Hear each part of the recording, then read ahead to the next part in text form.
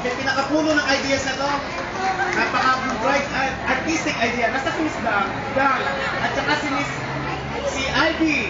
Sila talaga, yung dalawa, kaya hinahanap ko. Without them, talagang hindi basta-basta na namin mabubuo to, kaya ang laki pasasalamat namin sa dalawa. Pero of course, ang pinakamahalaga, ang contribution ng lahat ng mga empleyado sapagkat sila ang nagbigay para mabuo to. Uulitin to, wala akong detalye sasabihin, i-guide kayo ng mga nabanggit kong pangalan. Okay, bibilang tayo ng 3. Bago pala yung 3, present muna si Mr. President at saka si Mr. Ricky. Ricky, yung pwesto mo ha? Okay, sabay-sabay tayo.